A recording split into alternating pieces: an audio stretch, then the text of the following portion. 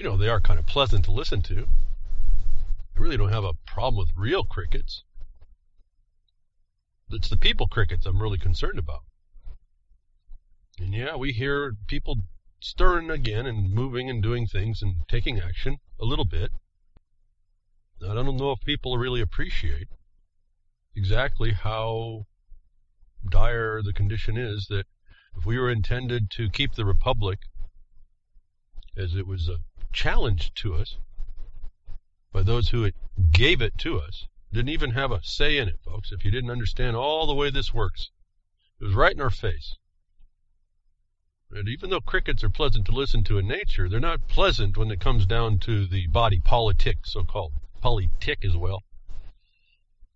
It's funny how these words translate. These words that we hear really tell a whole different story if you were to expand them out.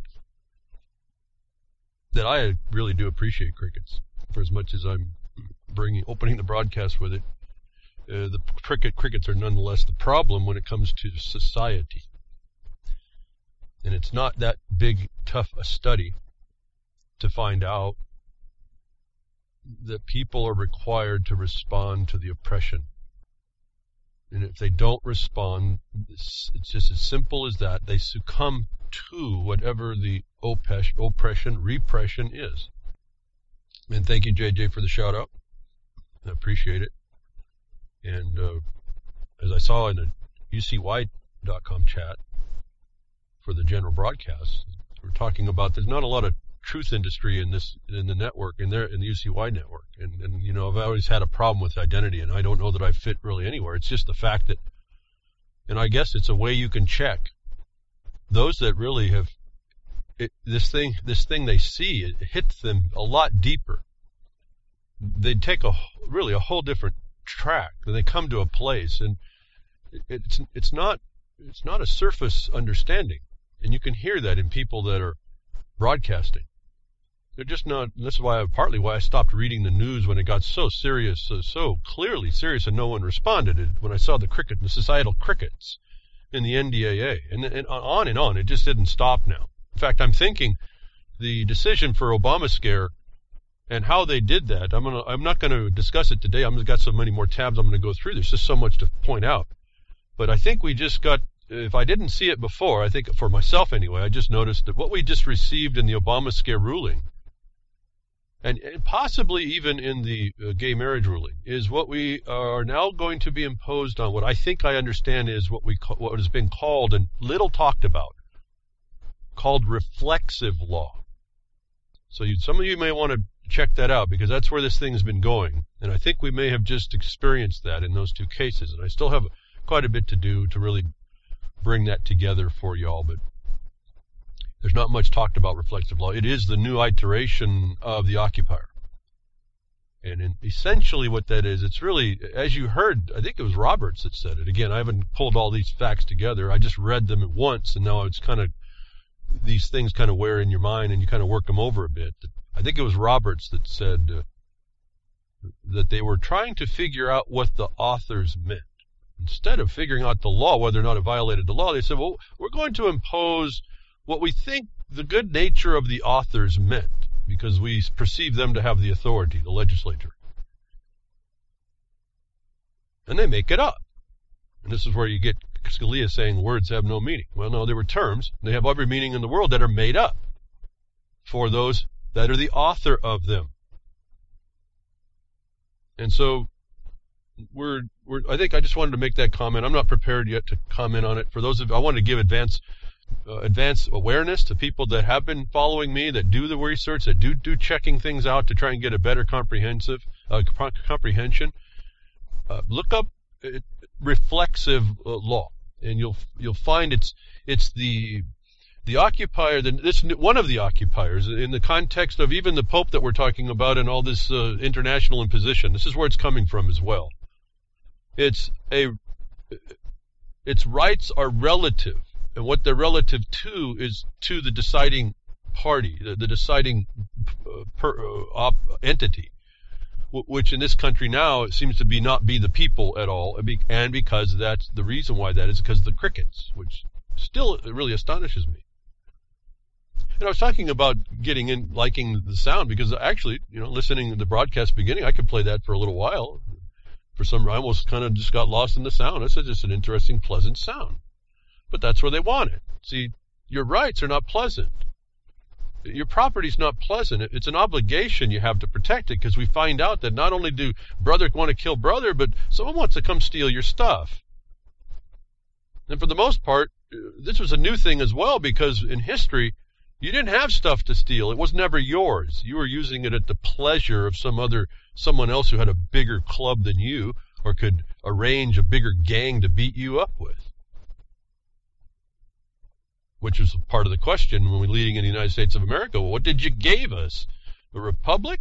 Because the question, what did you give us? And the question was, what did you give us? Because the only thought, the choice was at the time, the monarchy we came from. Was the president going to be the king? Or was he going to be the president of a republic? And so we have had the duty, and this is what really sets the stage. It's not really anything that any of us can really do. This is a reality facing other entities in the world, and a history of the world being just terrible against it. So it's man beating down man. And there's tools and techniques that are used. And we tried to show behind the Woodshed principles that we probably were never told, that we had to we have to come to terms with, and things that happen, like our nature being known better than ourselves, and a world known, run by the psychopaths as the cream. That cream rises to the top, if we can give it that analogy, that it's the corruption that just rises to the top.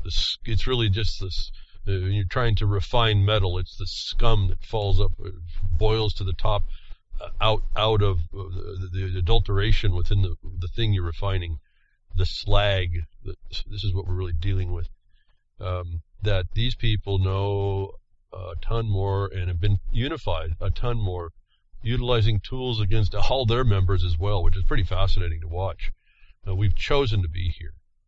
And we've chosen to be here when we didn't choose to step up against it.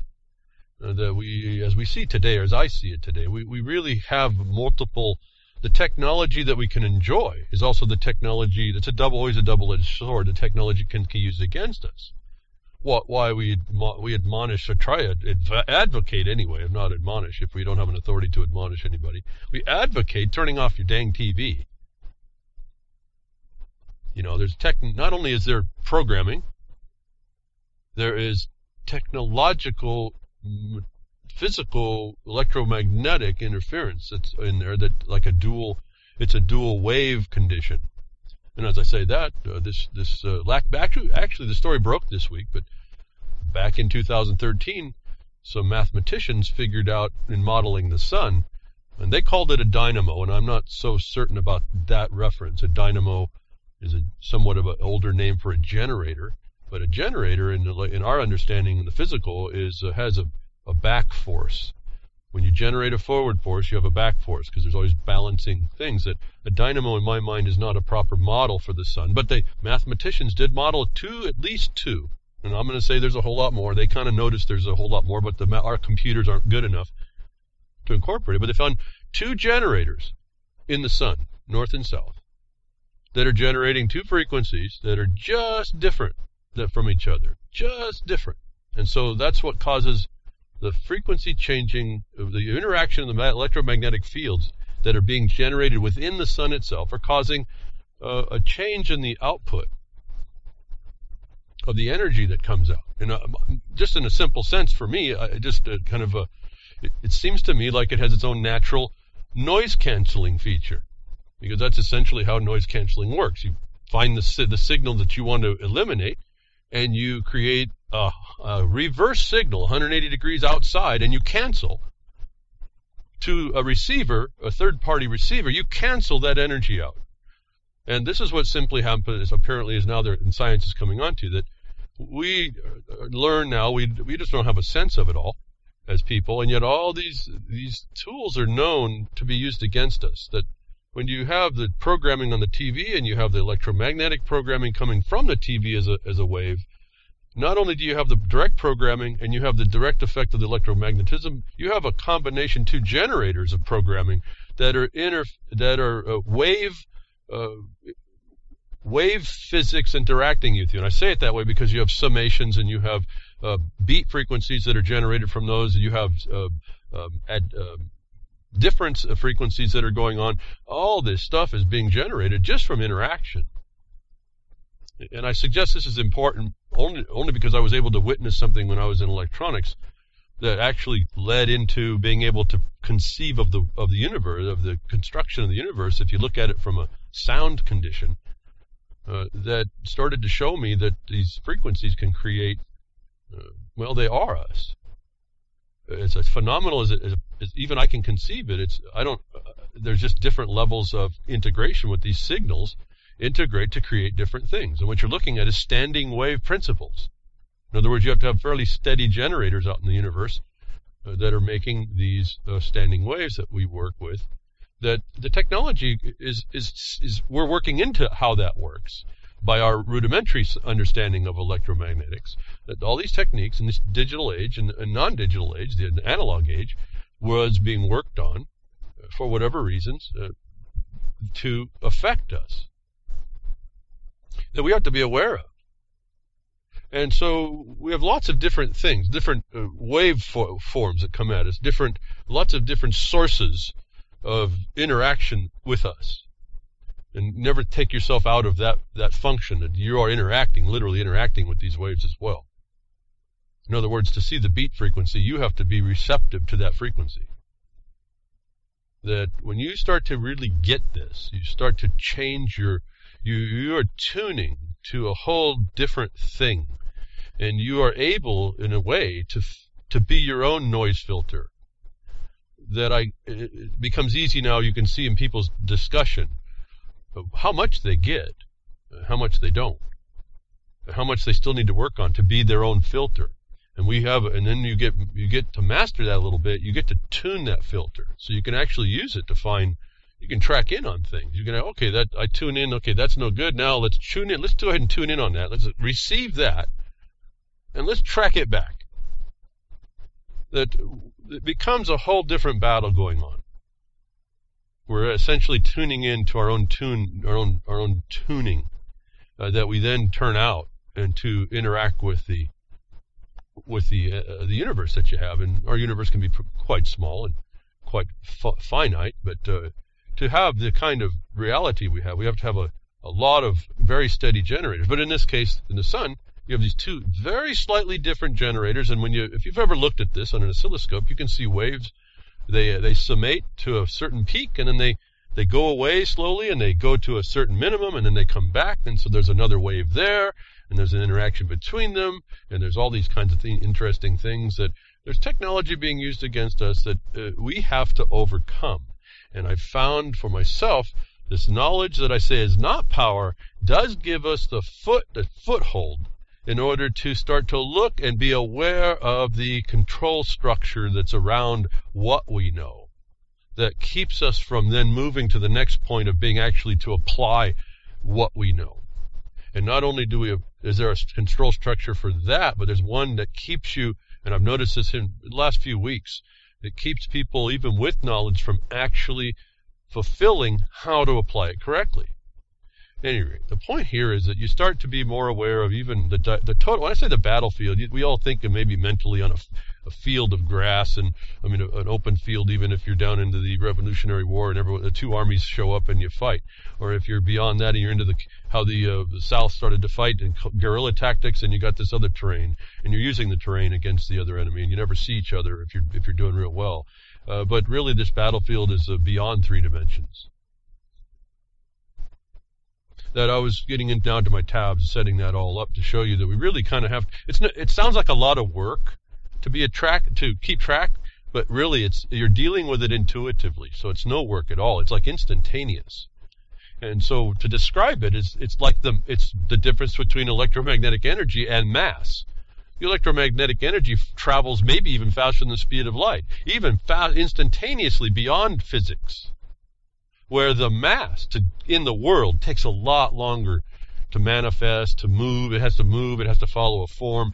And without saying that I even analyze all this, when I'm talking to you to explain it, that's what it seems like is going on.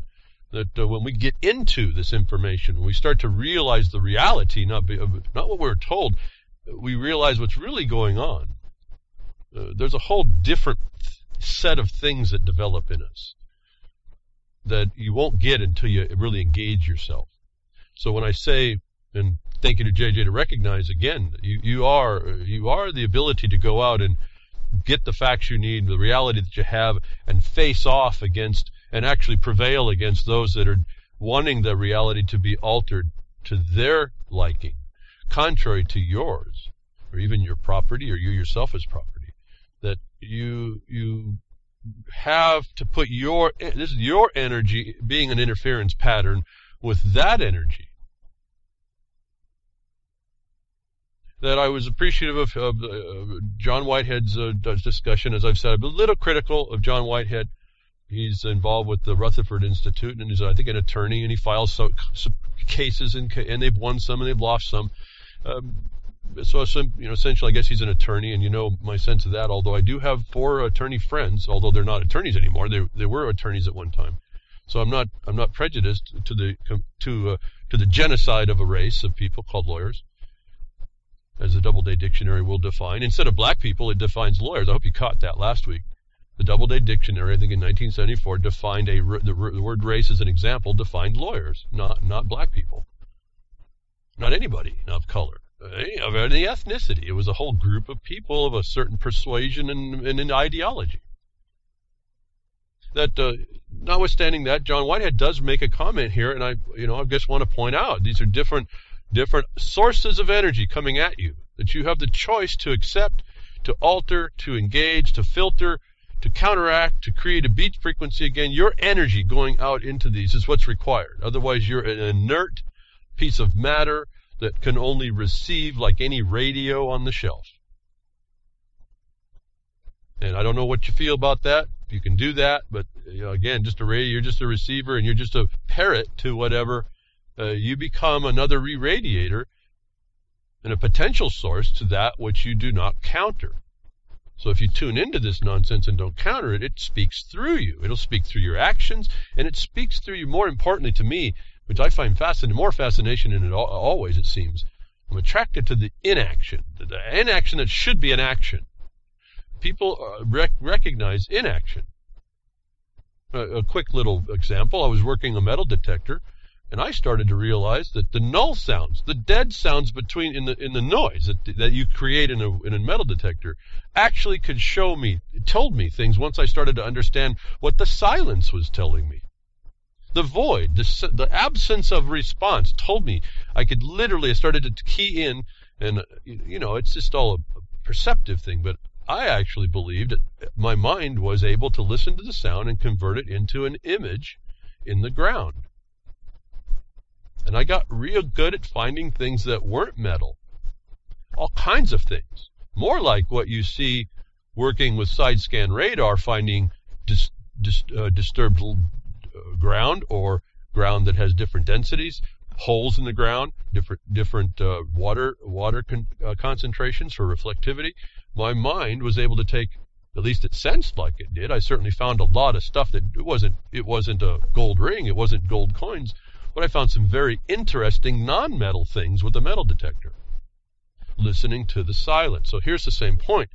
You're getting all this source of generated energy at you, and you're going to take on some of it. There's just no way to not. It's planned. It's designed to your frequency, no matter who you are anyway. So you better understand that part. But John Whitehead doesn't even talk about energy, but he's talking about, in the title, Jade Helm, Terrorist Attacks, Surveillance, and Other Fairy Tales for a Gullible Nation. And I thought that title had so much into it, and I'm not going to get lost in it. You can read this yourself, that we have to learn to filter through this. It's not just the identification of this nonsense as being such a fairy tale, like I talk the actors on the stage of the performance that we see. We have to counter these somehow.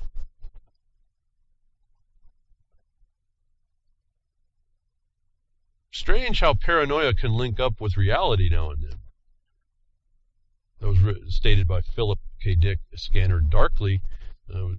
Reality linking up, just look at making, as you come into resonance with, as you cross a coincidence point between your frequency and that which has been putting itself out, in this case paranoia, it actually crosses a point. As a wave function, it crosses the truth of it. It crosses the reality beyond what the energy of paranoia would show up. That we start to see in that one moment an actual reflection, our own reflection of a coincidence that we can then look to see if there's meaning about, but the coincidence nonetheless of which, regardless of the meaning, is a point in time when one energy meets another to cause a demarcation point, which we have to focus on. Once upon a time, there was a nation of people who believed everything there was, they were told by their government. You have a republic if you can keep it. Not knowing if they had a monarchy or anything that they had an input in. They believed their so-called government, in this case, one representative of those people that created this thing that they claim was we the people, and yet the woman was clueless, wasn't she? How was she we the people if she didn't understand? How was she a part of that? We believed their government. When terrorists attacked the country and the government officials claimed to have been caught by surprise, the people believed them. And when the government passed massive laws aimed at locking down the nation and opening the door to total government surveillance, the people believed it was done merely to keep them safe. The few who disagreed were labeled traitors. When the government waged costly preemptive wars on foreign controls, insisting on foreign countries and cities, insisting that it was necessary to protect the nation, the citizens believed it. And when the government brought the weapons and tactics of war home to use against the populace, claiming it was just a way to recycle old equipment, the people believed that too. The few who disagreed were labeled unpatriotic. Now, I could read, but this article goes on and on to explain all these things that we've lived through and experienced, all of us, for the most part responding as crickets. That John Whitehead brings out, that you can read about to get a consolidated, I like to read these things, I see a consolidated statement, a nice summary statement of cause that had no effect in us, and effect was required from us, our response to these causes, which we heard in the Declaration of Independence, are being we can regurgitate just as if it was happening today, as it happened back when. As I explained to you a bit here, the Confederate flag of which is the second Civil War being declared, and the South already lost. The South is already, the idea of independence has already lost. I told you prior that this Obama guy would bring that on. He was the third wave function response between Lincoln to Roosevelt and then him. I suggested all that here years and years ago. That we're now seeing the ripple from this point in time, this thing called Obama. And what was set up to put him in that place, he had nothing really to do with it necessarily, except that he exists. And I guess we could have a question there, but let's not. That this has been used, again, the symbols and if you don't think Obama was a symbol no different than the flag has been a symbol that has now been the Confederate flag and now destroyed. Or seemingly so, because there's going to be a seething wound in this country for this independence. And we're going to have all the pundits coming out talking about how psychologically problematic these people who held on to that heritage are, but those people are the northern aggression, aren't they? They're of the northern ilk that didn't believe in independence, that didn't believe that we're really the continuation of what we're seeing today in a different form, transformed till today. To the point where you hope you have more than the change that's in the pocket, the change that's going to fall through the hole in your pocket than you gave. The Confederate flag of which was a symbol of this, a silent symbol of independence, still sitting there, that they needed to get rid of. And they replaced it with what? The rainbow flag? all through what, as I said before, what appears to be reflexive law. We're already being informed internationally, and there's no law. It's a reflective opinion. It's a reflex action of the system to what it needs to happen instead of the law that was protecting your so-called happiness, which was really your property underneath your right as a man or woman to those things that were derived from your life itself and your life. Now, I would say that, in fact, I think William Roberts would talk about this repeatedly. I don't know, I can't remember. I never really listened to William to hang on every one of his words. We were so consistent in our discussion. It was just the way we discussed it was really just a little different, but the same words, the same meanings would eventually come out, the same intention of the knowledge that we wanted to convey. That he would use a definition. I remember something about the non-procreative rights, derivatives of a man, as defined by some other gentleman, and I was never that tied with that. We can certainly get on the internet and find it. The point is that in the face of the government and the CSD and the child services so-called, that's an international imposition of the rights of child. People don't quite get that.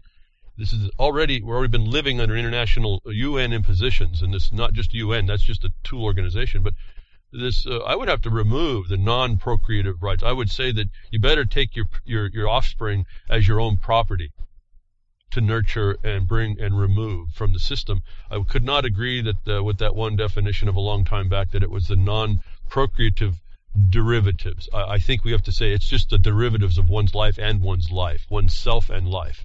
That's our property. That the government that was established in this country was supposed to protect. That over time, there was an immediate attack. If it was ever anything that wasn't subverted, as I tell you, Article 6 gives me great pause to wonder whether or not the Constitution was anything much at all, even to the limited extent of establishing a government and the purported relationship between that and the states, which Lincoln completely destroyed,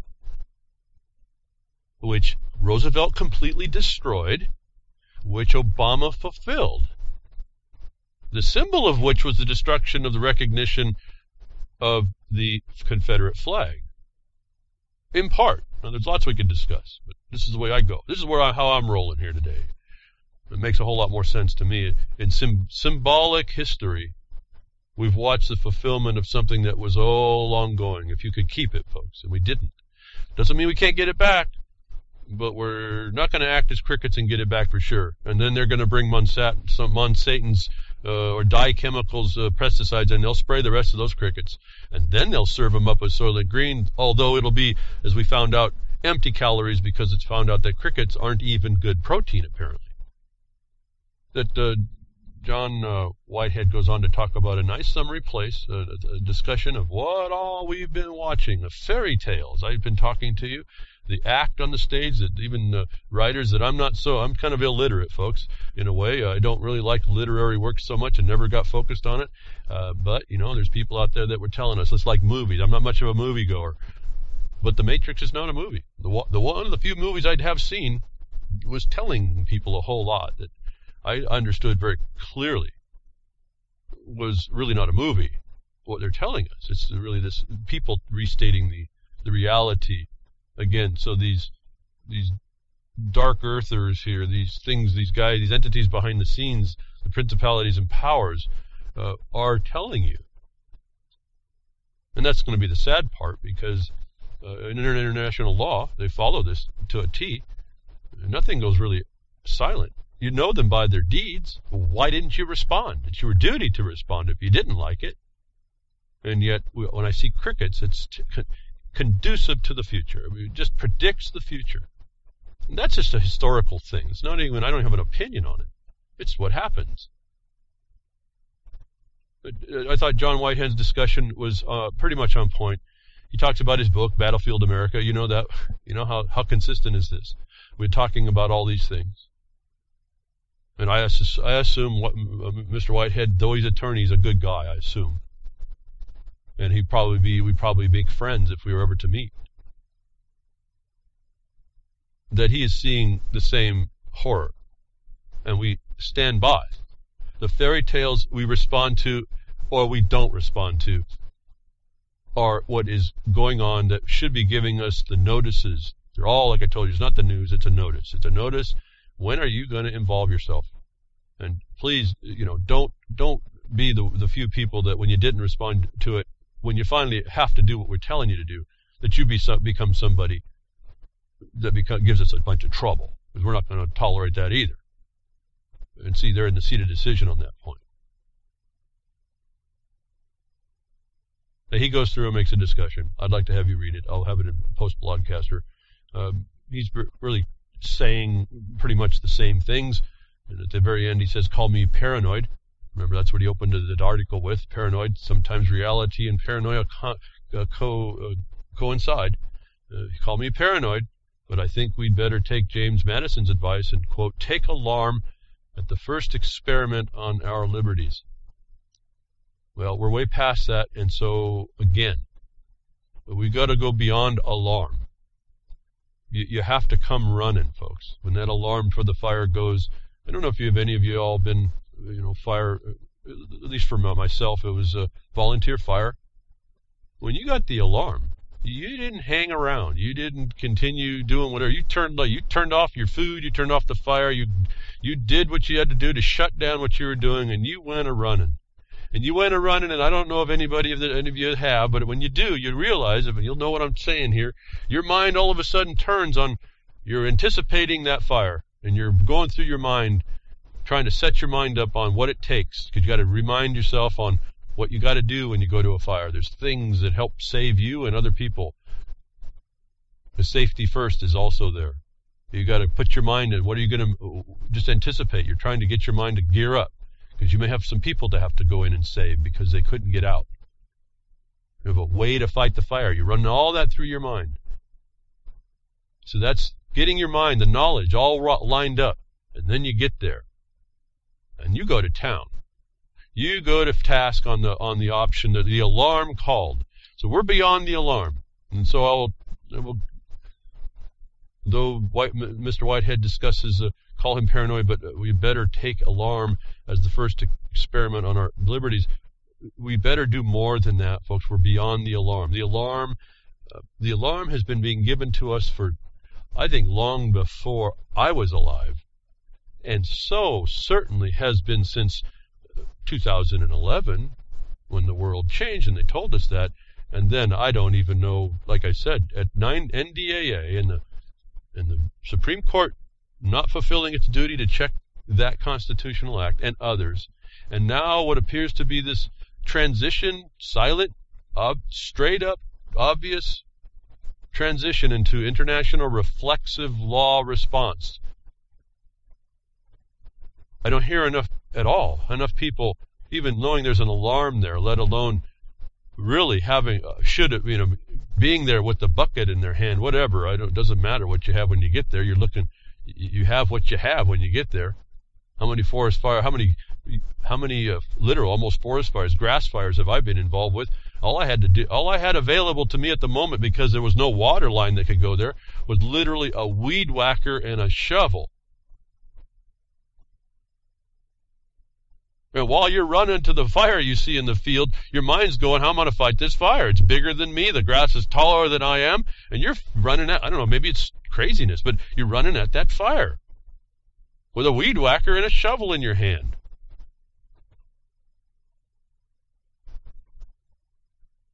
You're organizing your knowledge, even though you don't even know how to, you don't even know if what you have is going to be sufficient. You're still going at it. You're going for it. And when you get there, it's amazing what happens.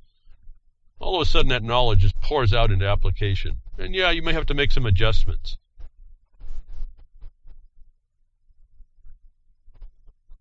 But you know what? I found out that day that a weed whacker and a shovel can take out a grass fire. All by itself. I mean, certainly I'm operating them.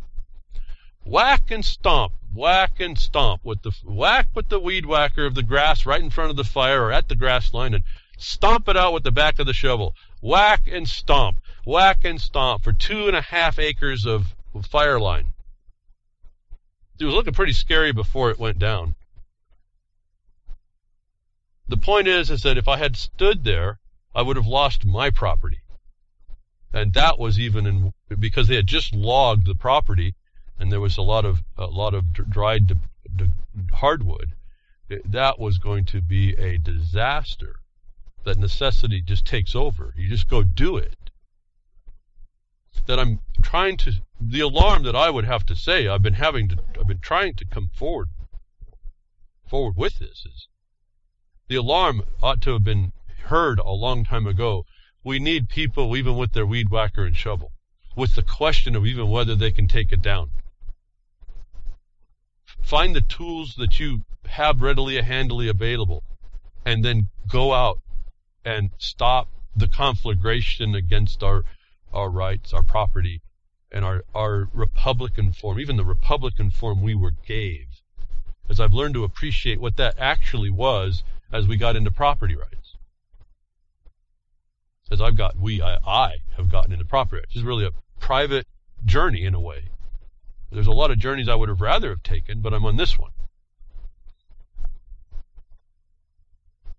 And the problem is when I got here to see it, no different, I told you before, from two different angles, coming at the fire, seeing the smoke and come running because we saw the smoke.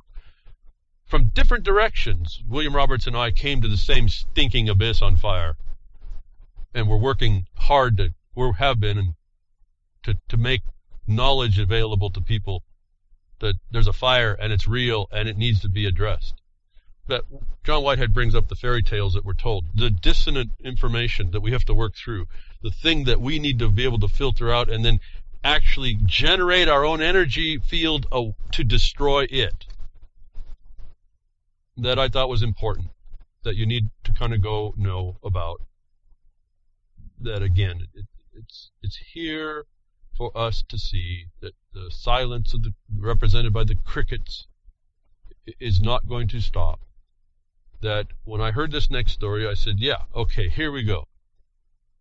Now, we've heard about this jade helm. I haven't really talked too much. In fact, I've told you one time I wasn't really going to go do it, that if it was real, what people were saying on the word side, you better have a whole lot going on already now, because the Civil War, that the flag that we just saw got trounced, is about to go live. Those of you that can, and are maybe at the center of it at this point, you have better had a better plan than you're fretting and worrying and gnashing of teeth and all this other nonsense that I've been hearing. You better have a plan, and it better not be public.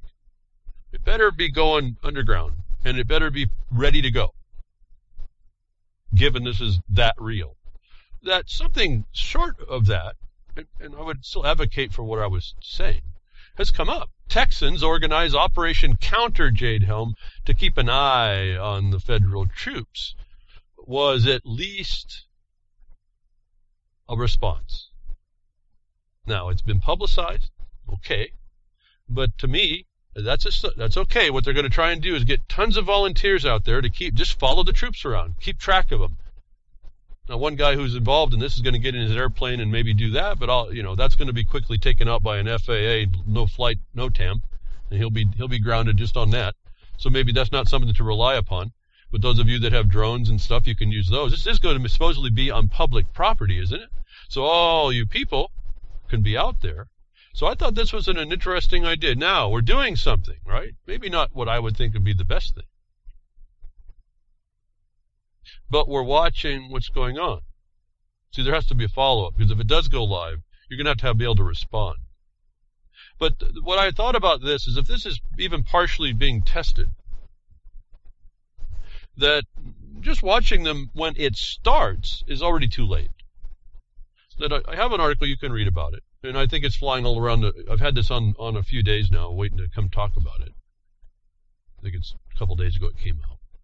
That it's starting to go through the internet.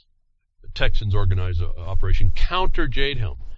Well, that's something to do, but this is a serious matter. That I asked any of you all, or even if those who are listening couldn't do it yourself, but you could go find out maybe someone who's more capable, to actually do an injunction against this based in certain constitutional or act of Congress reasons why it can't go live on public property within the states. That I haven't heard any response. I assume that didn't happen. That I'm going to throw out another idea that probably may or may not happen as well. But I think it needs to be made comment. that this Operation Counter Jade Helm, I'm thinking, because of a very interesting statement that was made, but at the end of the article here, I think, I'm going to try and remember where it is, forgot to mark it. The military responds, it says, this is not going to interfere with anybody economically or in their communities. This is not going to interfere with anybody. And I remembered back when I saw that they were saying that they were actually going to do counterinsurgent testing to see if they can get people inside and function inside the societies. That wouldn't affect anybody either. People wouldn't even really know. I don't know how they're supposed to take all these counterinsurgents and pretend they're going to be in the Middle East. That makes no sense. But inside our own country, it makes a whole lot of sense. That I think they've been doing Jade Helm for months. And we heard a little bit about some of the stories that they were finding people that don't belong in the area showing up in groups of 3s and 4s. Kind of reminded me of what the SA-8 or some of the British intelligence going in when I talked a long time ago, and they were going in to take out Saddam. We got reports they were there. They were headed out by a delegate come from the government, and then all of a sudden they disappeared. These reconnaissance forces. I think they've already been playing this out, and they're in the system now. They're in the society, and they're seeing whether or not you can find them. That I think that not just keeping track. You're going to keep track of what they give you. Obviously, what you're not going to see is the ones that has been running all this time that's already infiltrated. That as practice. Not just maybe you have 2 operations running. You have a group of people checking down the obvious Humvees and everything that's going on.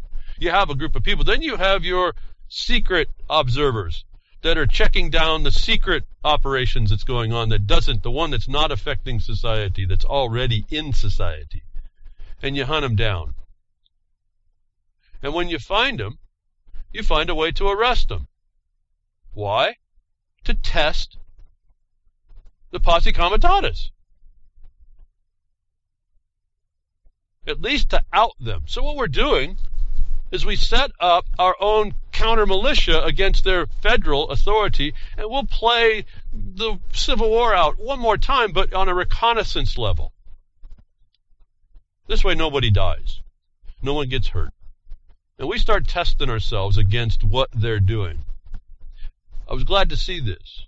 But for a while I've been thinking, if this is going on, why aren't we using it as the people, as the militias, to quietly construct our own countermeasures and see what we can pull off? Use all the technologies that we have and look and see what the reality would be. If this doesn't go live, we at least have our own knowledge as people. Those people that do it will have that knowledge of what they did, how they did it, where they succeeded, where they failed. No different than the military's doing it in the public, in the public here in the land of America. That we were required to respond if this is a real threat, and we ought to take the opportunity while this is an overt event to make our own covert response, to keep track of it and maybe even out it, and be the force that they're actually going to be going up against. Actually make this a real live situation where the people, the populace, having the duty to do so, goes and outs the insurgent that's coming in.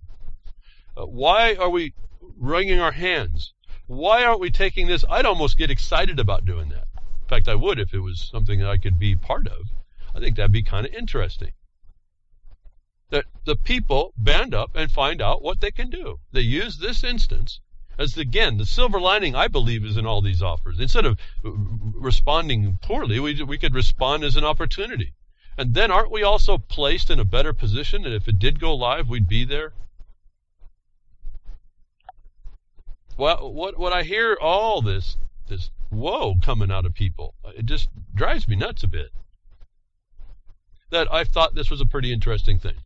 At least you'll have a group of people overtly going to track down the overt nature of it. I'm more concerned with the covert nature of an operation, and I'd want to know if my own people could keep up with that. And this would be the great opportunity to do so. No one dies. We all get our information. You actually have the opportunity to out these people and show that you could actually have the opportunity to show that the federal military really don't have it on the ball, or that they do. At least they're going to know that there's someone else involved and they're not just calling the shots. That I was interested to see the Texans organize Operation Counter Jade Helm. What I read wasn't enough, and so I wonder whether or not this is just another puff piece to make people calm down that something's going. Someone out there's doing it. I don't know. I'm not so sure that that's actually happening either. But this gave the opportunity to broach this idea. Why don't you go ahead and do a counteroffensive and see if you can stop them? See if you can find them out. See the people that are already in your society who got snuck in, who are now infiltrated in your system, and find them out without going to the nuts case and you start blaming everybody. That's a danger of that. That I thought this was kind of fun in a way, and glad to see that people are starting to step up. To me, that's almost crickets, but at least it's responding. It's just a tail wag the dog stuff. I mean, you can walk around, watch the dog wander your country, or you can figure out how to utilize that to hone your skills, gain the knowledge you need. And for those of you that think this could go live, and we know that it could, you can amass the forces that you need to test that instead of fretting over it.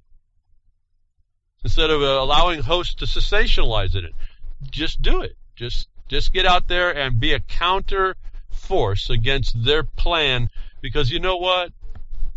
As a colleague of mine says, as I work with him and he works with me to come up with ideas and responses to things, iron sharpens iron. That if you have an actual militia force that's quiet and does this smart, sets out to counter what is a known military lesson, if that's just all it is, that you could actually train the troops to be better. If we look at the utopian side. My timeline shows that this is not maybe so utopian. So we need to be actually in place as well, but for a different reason. So enough on that. Glad to hear Texans organized, although, it's been up until just, I think, recently, they didn't have open carry, which to me is, I don't know. Shame on Texas, I said. This doesn't kind of rise up to the high level that it ought to, but at least somebody's doing something or saying that they're doing something, which is very, very, very important that we respond. If this is neutral, then this is a great opportunity to get knowledge and experience, more importantly, the experience to counter things going on in your own nation. If we have a Second Amendment and a militia, that militia has to be trained. That militia pulls from everybody that's able-bodied.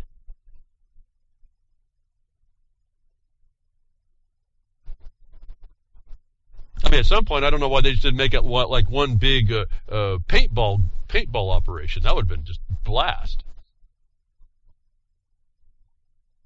That they didn't makes it a little more ominous. But that gets us to the point where we can step up. We actually have now the excuse to have to step up. Why? Because Posse Comitatus says it's not supposed to be happening. That the government has allowed it, says the people in the militia have to step up just to pretend, just to protect, just to do more than monitor, actually see whether or not the government can come in and infiltrate us. Wouldn't the people need to know that? That their own government, their own people can be infiltrated in a military maneuver? I think so. Given that we have oaths to keep about the Second Amendment, you got to rise up to be able to function at that level. It's just not about calling a meeting and saying, "Hey, we have to be on guard." No, you're going to have to be integrated with it in an adversarial way, a peaceful adversarial way. Enough said on that. Moving on, I go on and on about all these little things that. Just my mind starts to race all the other things we don't do, the opportunities that are before us, that are handed to us as a people that we don't do. To check ourselves, to give ourselves knowledge and experience.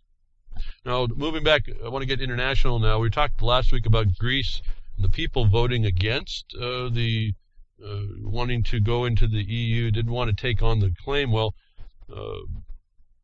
I was explaining to you that it wouldn't surprise me that the BRICS Development Bank would be helping them, and we heard a little bit about them, Russia talking with Greece.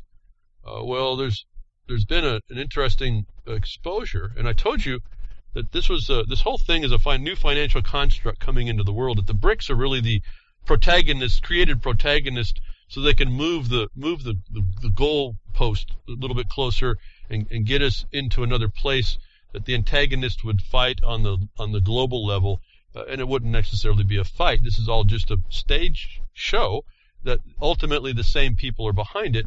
Sure enough, we find intelligence and people doing research. Guess who's running the BRICS Bank? Is a report that comes out that explains that this ultimately is another setup. It's referring to a document I reported on a while back, where we were talking about a report regarding the facial report that Putin was involved, when in fact who they had dealing with it was ministers, financial ministers. Well, the report now comes out that shows that the recent meeting with the Greece, Cyprus, and their condition there.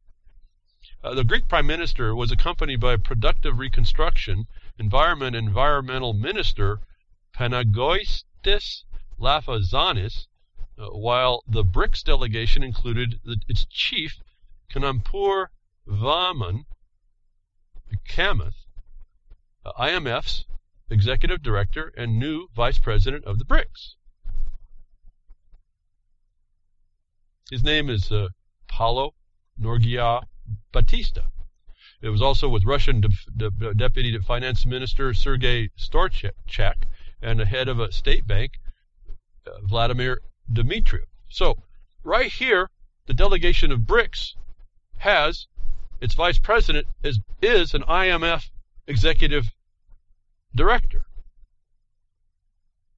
That this shows, for those of us, don't blink, because this is all they did, shows that the people that Cyprus is working with, that the news said Cyprus was meeting with Putin, you didn't hear that he was actually meeting with the BRICS Bank and Kamath, who has as its director the IMF.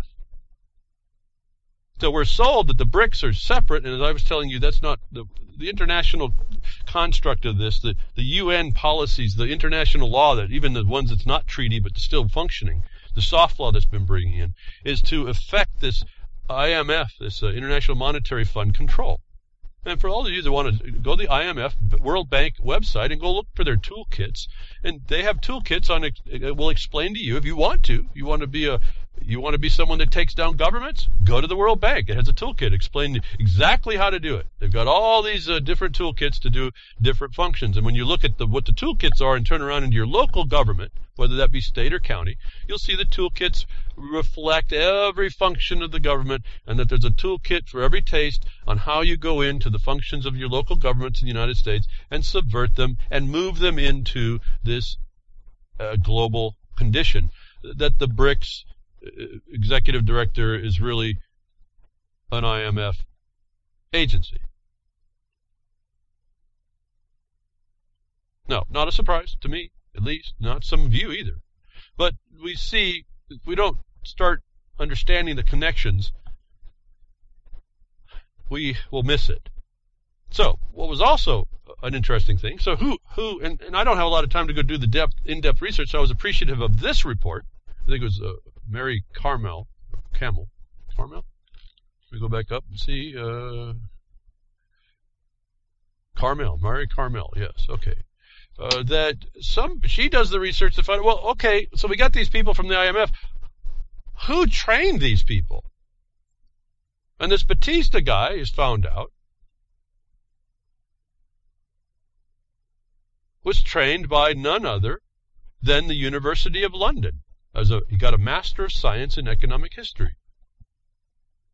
He also was trained a year before that by the Pontificia Universitat Catholica, which was exactly the people that wrote the articles about the climate change many years ago that now the Pope is using. And I told you that he was involved, the Pope was involved in this plunder. That the training and the research that goes on behind the scenes to these people that are in seats of decision through the World Bank are also having their sourcings from the Vatican. Why I've been making more comments about the Pope and the plunder that this guy is causing to help to cause in the world. I mean, what's the odds, folks? But here's the connections of over and over. That if you look in some of the links, there's more. The Globalist Watch of 2015 updates 51 to 53. Guess who's running the new BRICS and happy ISS week? Is weekend. There's more connections worldwide that these people got their fingers in. That you can see more information of the connection of how this is going down. That the Greek. The idea was, why did Greece have why did the tail wag the dog here with Greece? It's such a small entity. But as I explained, some of this because of the setup. We don't know the real actual setup that they have to use any excuse in order to balance the global market's relational values, because this is all going to, it starts out as the SDRs, but it's going to be probably adjusting into something else in the far future. They're going to use the antagonism between these two. Again, BRICS is a development bank, of all things. Why did China's plunging markets, retail investors stunned by rout? See, puff and smoke, house of cards, as I used to say a long time ago, the green shoots would freeze in the cold winter breeze, which would blow down the house of cards that have been built around all this. Why did little Greece cause all this trouble over in China? Well, China's part of BRICS. They need to do an equalizer. Investors stunned. Why were they stunned? They know they're gambling. And that's what's the whole thing about this story here that I have for you. You can see this yourself. That people who engage this, there's a plunder of the little people. And in particular, we have the evidence here. Many of us here are retirees. We invest our pension money in the stock market in China, like you would anywhere. And yet, there's a professor that described what the Chinese market's like, which should tell you this is not made for the little folk, and this is made to advance the plunder of the world. That the people that are involved with all this, trained part by the Vatican, in other words, their fingers are all in this as well, on this international governance model. And we see the rise and fall, instantaneous rise and fall that can be done as a speculator's market, nothing substance, all derivative of, in other words, even derivatives of the frauds that were created, that create all these, gobzillions. There's not even a definition for the amount of money that can exist, that they can find, they can just create, only because we have computers to keep track of it. No normal man or woman can do this. That, in fact, it's admitted in China that China's stock market is like a big casino, and the Chinese love gambling, as stated by Hu Xingdao, professor of economics at the Beijing Institute of Technology. The stock market valuation is out of line with the economic fundamentals, and this is due to speculation and government policy interventions. And so they're taking advantage of your need to gamble over in China, and they don't care that you are gambling. That's up to you to not gamble, isn't it? But it's a gamble nonetheless. But this story here, in the face of what they were talking with Greece plunging market, tail wagging the dog, little Greece wiping out markets, this is just, you're watching the fact that this is a gambling casino, and the house wins, folks. Now, I just wanted to ask you then, how much different is the Chinese market than the American market? That I've told you before in previous reports, they use all the terminology of gambling and waging. It's just a big gambling house. that your whole economy is based on this. I hear crickets against it. I hear people not moving over to more substantial money, actual money, like gold and silver coin, and working out how they're going to start working with that. Don't continue in what you gave with the monetary system. Now moving into electrons, which can be turned off or turned on, unplugged, whatever they want to do. Again, silent weapons of quiet wars. The digital world is going to be their battlefield. It'll be their game field, their house. You can enter their house, but you don't have any complaint then, do you? That this is the other part of that. We say crickets, you're acting wrongly, is just as if a cricket is having comfortable times in the summer. That this connection, internal connection, no matter which way they go, between the IMF or BRICS, is still an IMF, and it just matters on who's going to have the bigger development influence. That we find right after the vote. The report, bewildered Greeks left wondering what happened to the referendum no vote, as Alexis Tsipras is working with the EU to continue maybe a contract, which, latest news breaking is, due to Greek trust, is not going to go through, at least directly, and now has caused a question in the matter that the EU is now putting timelines on the Greek to agree or not. That creates this as some kind of a drama, like a cliffhanger going on in this show, that just puts more emphasis on the issue that's not the issue. That the Greeks are bewildered, that we do see a little bit of protest against, that they aren't taking the bull by the horns like, let's say, Iceland did,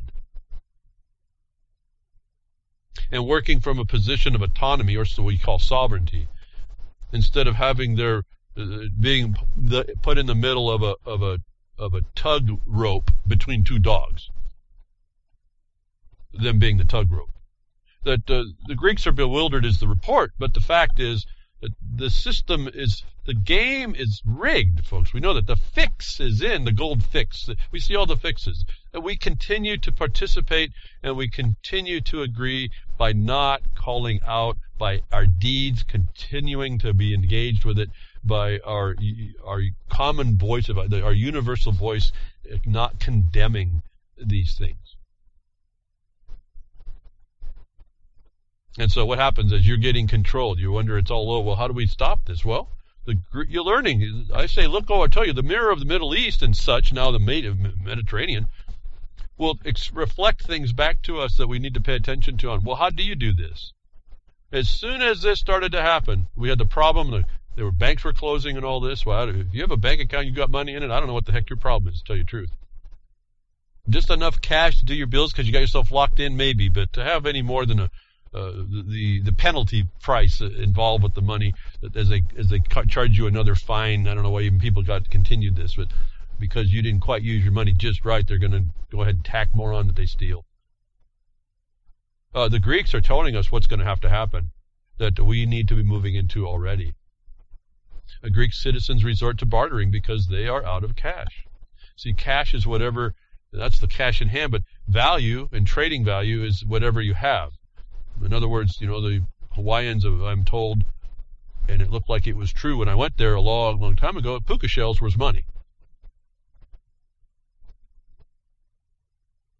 And so it could be anything that someone values. It's just a demarcation of, like I said, a time machine.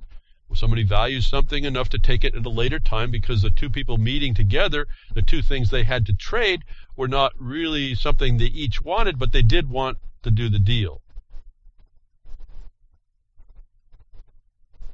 Maybe they had someone they could turn that thing over to someone else, but in the interim they wanted somebody wants the one item, but the other didn't really want to give up something that he had. So give me something, a surrogate, that I can go use to somebody else. So this is just confidence in that medium.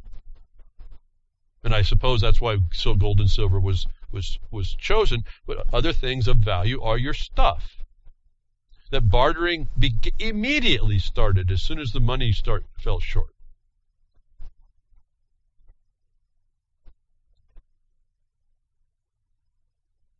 And who's been behind this? despite the calls to bring equality or raise up, stop beating down on the little people. All these conditions are beating down on the little people. You see that the markets themselves beat down on the pensioners because they're addicted to the gambling house. But that's really all the game going. That's the only game going, isn't it? And this is how they get us to get these make our bad decisions. I found it very interesting, continuing the news and the support that the Vatican's giving in training to these economic ministers. This is not a religion, folks. It's just a facade. It's a big control syndicate. And they're not bashful to move around and change their opinions and make it look like they're holding on to something steady, but they're really not. And anybody that turns their head away from this, I really don't know about the character of those people. That doesn't find out about this better to be able to put some certain value on what they're doing in the world and whether or not you want that value in the world is really kind of an interesting thing to watch people do in denial. But all at the same time, I've been telling you all these things are together. Pope Francis is pressing his case. Now, why wouldn't he, right? The Vatican has organizations. And University of London, it's the City of London. That's the crown. That's not the Queen, it's the crown. It's the financial side of the monarchy. The crown is a separate entity. When you understand that, you start reading the words and the laws differently. You start reading what's going on a little differently. You say crown, say finance of this condition. But the Pope is right in there. Why would that be? Well, because way back when, what was it, King John gave up the kingdom to save his soul to these plunderers. He gave up the kingdom. He gave it to all the people. The people were serfs, property to the kingdom. So don't think that people are not still property. And that was proven in a papal bull I can't find, but I know it's there. I read it. The papal bull that said so. King John, or when King John did our deal, what you agreed in the Magna Carta, what you agreed between you and your serfs, both of which are now our property, what you agreed between you and your serfs and your barons has no imposition on our deal with you. When I read that the first time, sent a chill down my spine.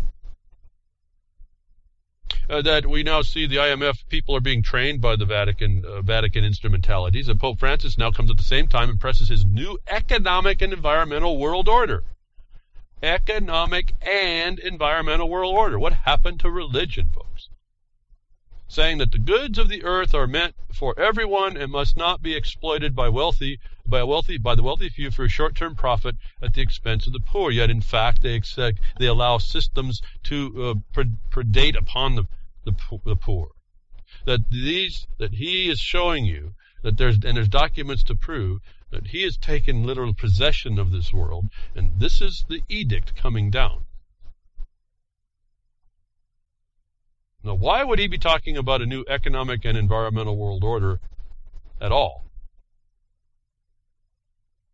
That connection to the IMF executive ought to start bringing it together for you if it hasn't before.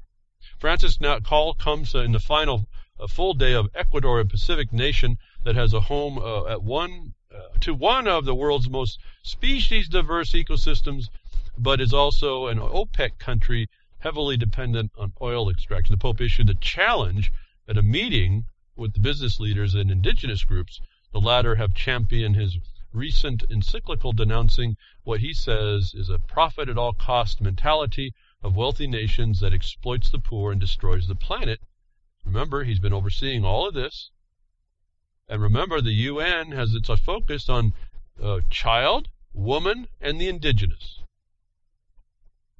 And so they bring all these people, they abuse these people, these different type of people, to advance the cause that's been underneath the skin working the entire time. That this guy called the Pope just connected up for you a few days ago when he met in Ecuador. What I found interesting is that the story right after that, in a time frame that I have as a link, the latest on the Pope was that he visits a Jesuit church, then calls it a day. Pope Francis has ended his private visit to the Church of the Society of Jesus of Quito, and return to the Vatican ambassador's residence for his final night in Ecuador. And so we see the control power, the controlled dons, the knee breakers. He goes and talks to those that's going to be the internal system manipulators as his final call. So the Jesuits, as we didn't know that before, are now integrated with this condition. I'm not saying anything that lots of people don't know. I'm trying to tell you that it's right here in the news now. They're not making it, they're not hiding any bit of it. So related to now Jesuit influence and what they allow and what they don't.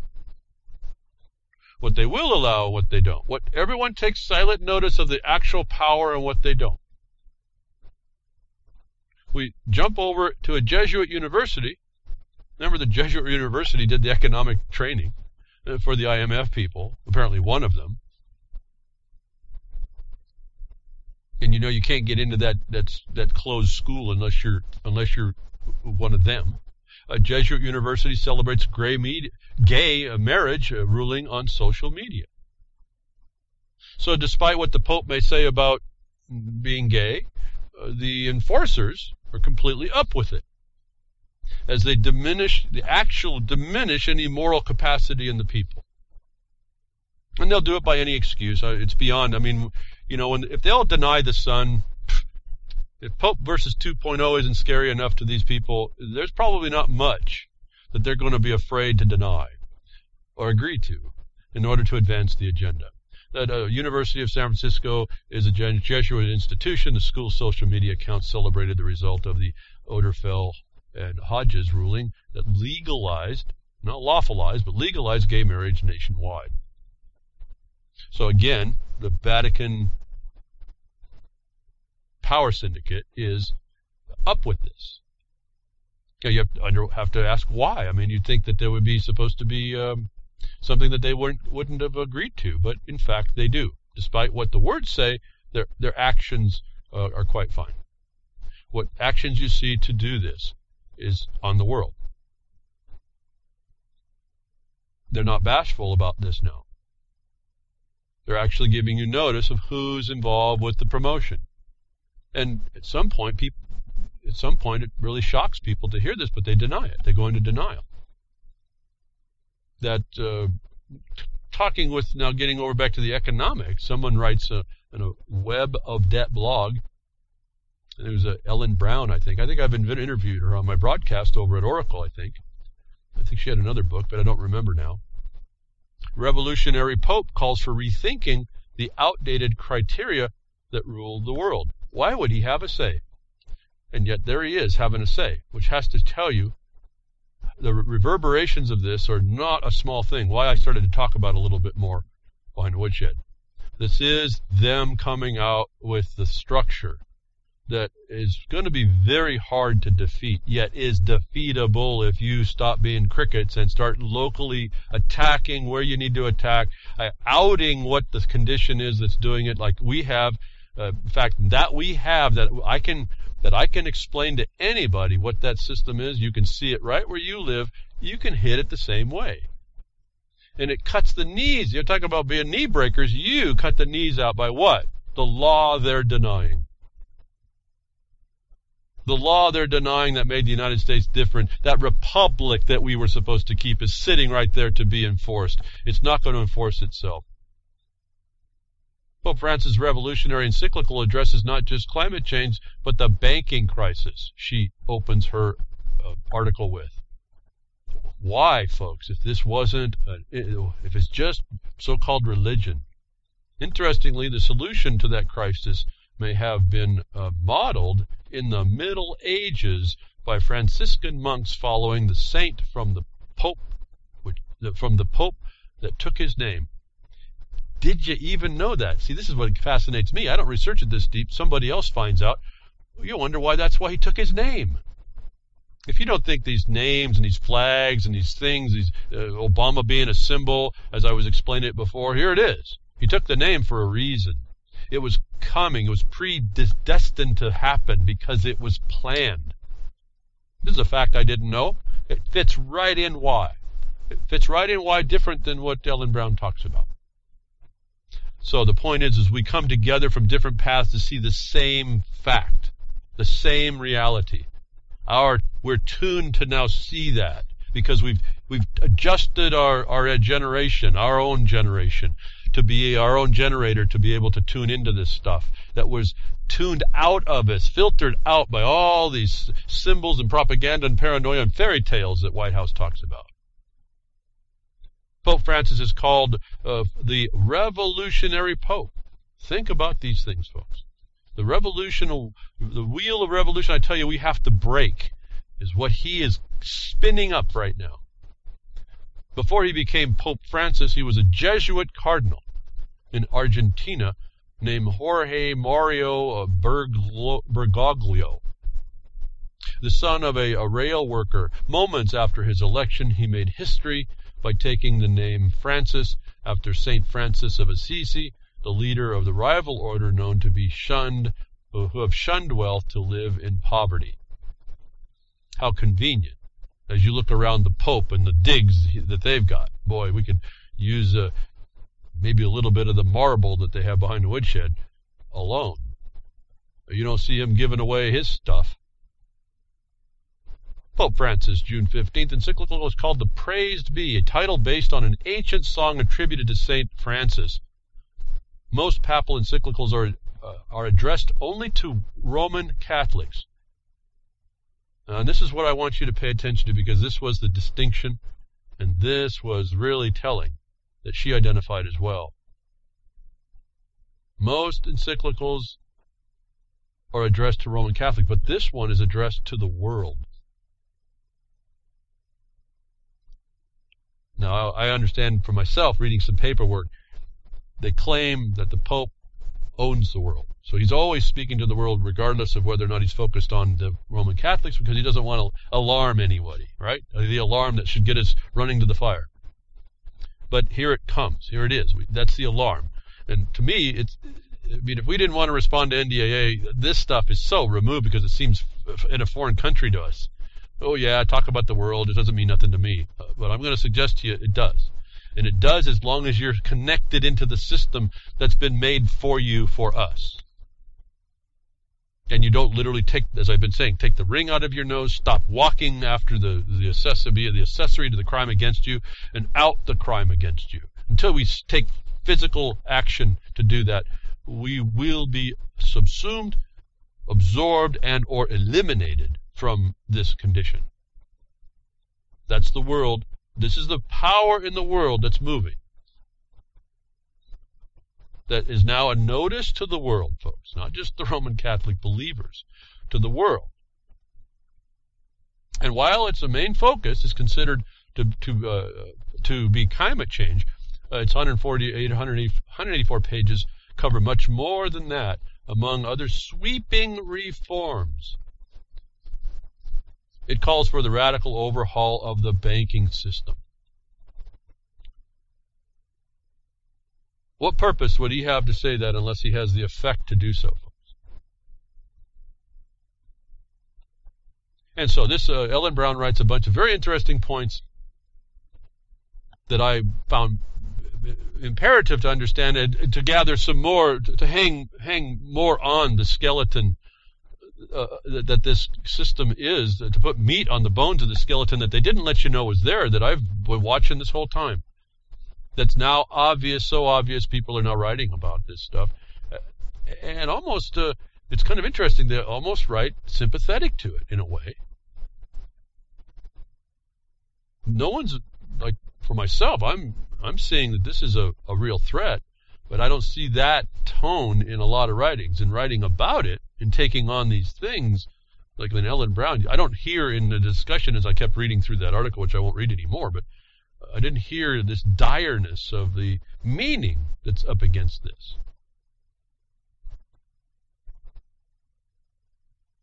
Why is there such a broad spectrum attached? Why are they things relating upon a fraud? How would you even conceive of doing such a thing if you were supposed to be infallible and always telling people the truth? How would you? I mean, you have to have no actual morals and scruples in you to do that, is all I can tell you, because I just don't know. I'm just not wired that way. As soon as I found out there was something that wasn't quite right, I wouldn't be as bold enough. Maybe he's just being bold, right? I can tell a lie and get away with it if I can, and I'll have the words when I'm caught to get away. It's just what is, right? Didn't mean nothing by it, folks. It's okay. So I guess they're able to do that. Well, I'm not. And I guess maybe I'm jealous, and so because I can't, I'm going to out these people because I can't. Maybe that's my problem, right? Put it on me. But the problem is that there's lots of stories that we're told. There's lots of things that we're told that we kind of look right on by. We're all focused on climate change and don't know that this guy just declared the world order as a player, if not the conductor. Which the score was written for him by another or so. I'll tell you, just so that we don't focus on him either. What an onion we're dealing with. What a rotten onion we are dealing with. I don't know if you ever had a rotten onion, but unless you know where it's at, boy, they can get pretty stinky where you can't even identify where they are, let alone that they are.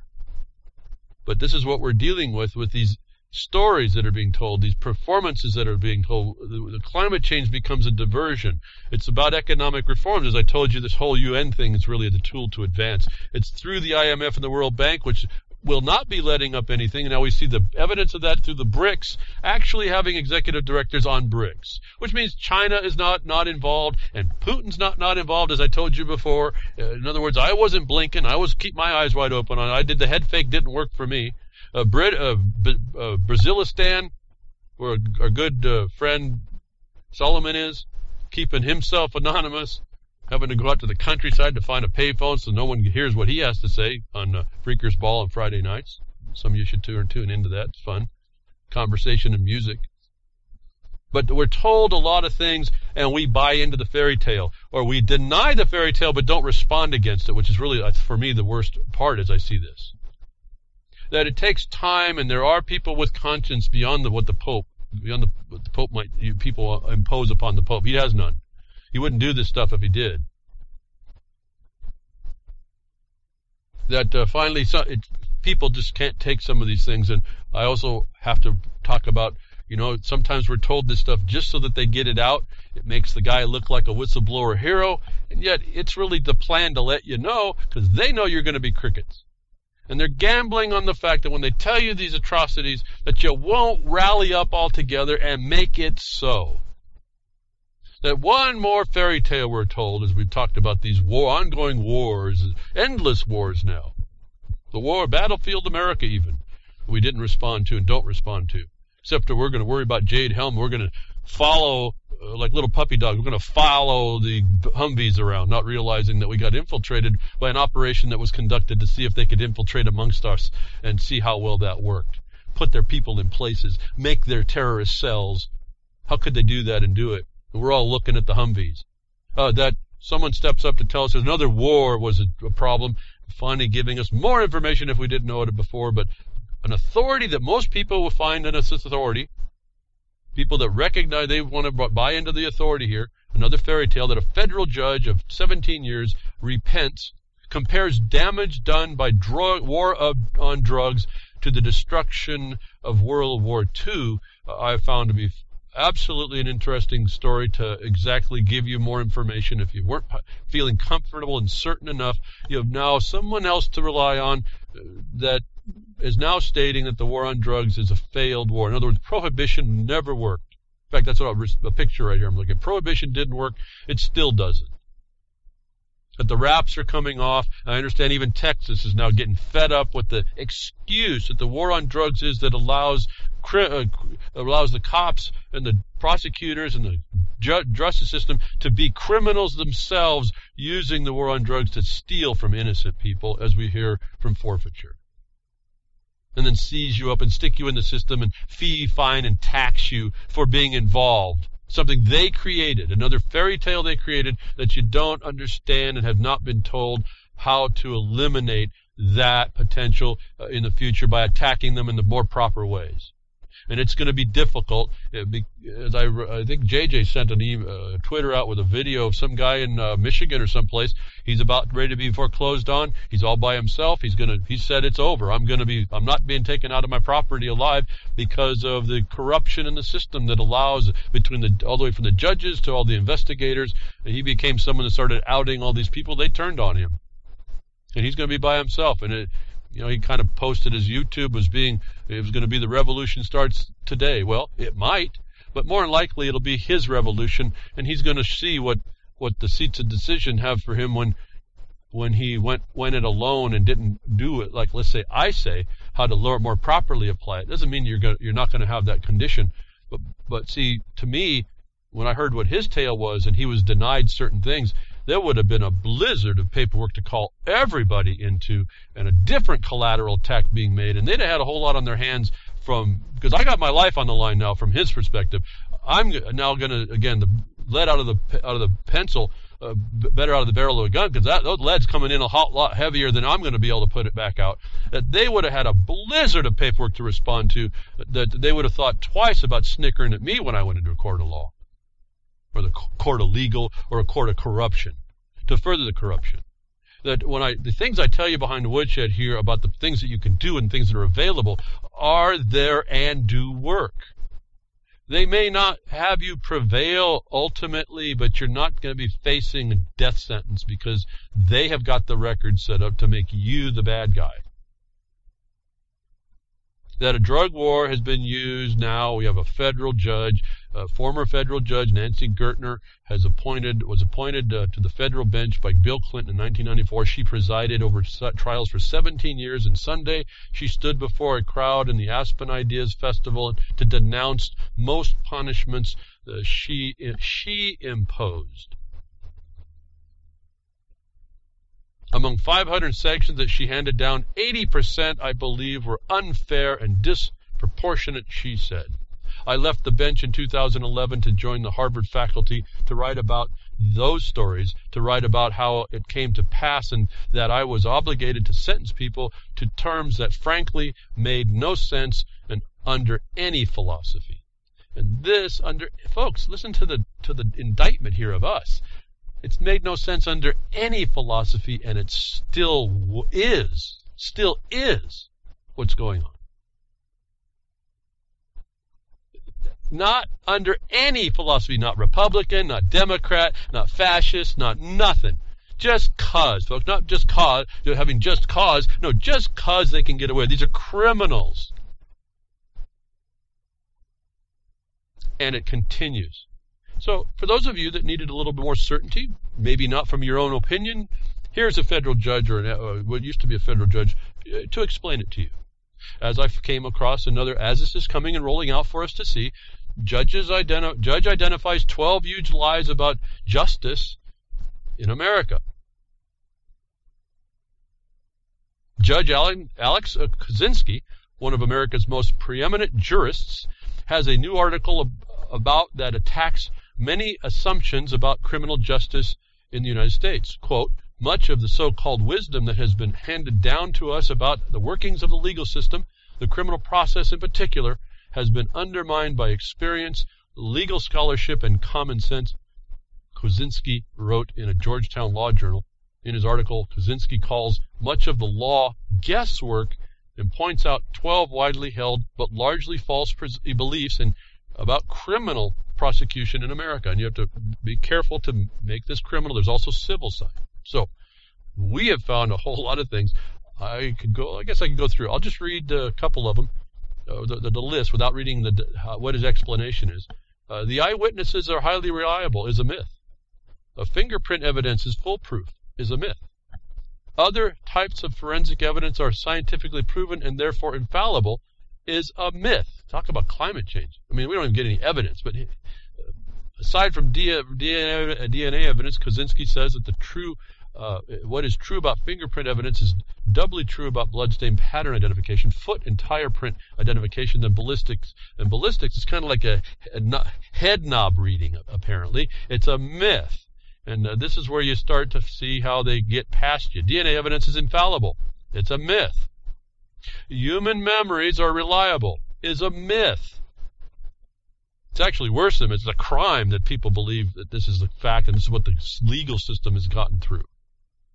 Confessions are infallible because innocent people never confess is a myth. Juries follow instructions is a myth. I have a little addendum to that. The proper instructions are always given to a jury is a myth. Prosecutors play fair is a myth. Prosecution is at a substantial disadvantage because it must prove its case beyond reasonable doubt is a myth. Police are objective in their investigations. I know most of you are laughing out loud right now or just choked up a bunch of coffee or whatever you're drinking at this time of the afternoon. Police are objective in their investigations. Wow. You know, and follows up on they always tell the truth on the stand as well. Guilty pleas are conclusive proof of guilt is a myth. Long sentences deter crime is a myth. And I'm going to add a couple more that this guy probably wouldn't add. And I have a little bit of experience with Kaczynski out of the Ninth Circuit. You have to, those of us who had mining claims have to go through that court. Well, if you understand the court system, you don't, but this is my point. Well, we make my point here. That court has been turned over 71% of the time, which is cool if you lose it on the district court level, because you may, if you get into the Supreme Court, might actually get your case overthrown. But then you see that these things are not, that the law is really guesswork. You see that because they just make this stuff up.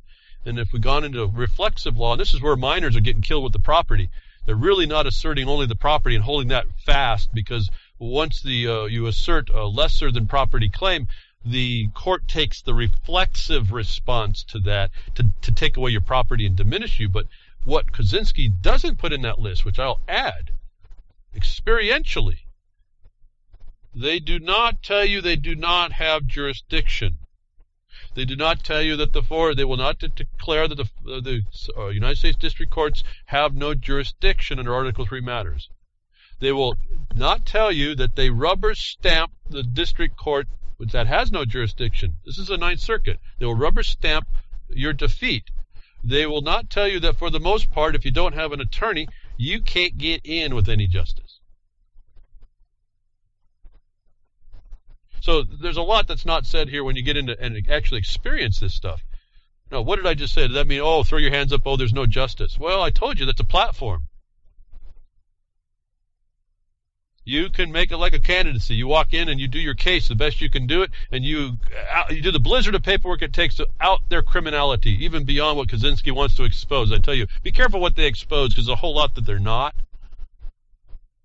That you can use these cases as a platform. But more importantly for me, in going through all these experiences, in fact, we did it on our court case. And they made it kind of easy when they didn't answer. But even if you get an answer, I started to see a new insight.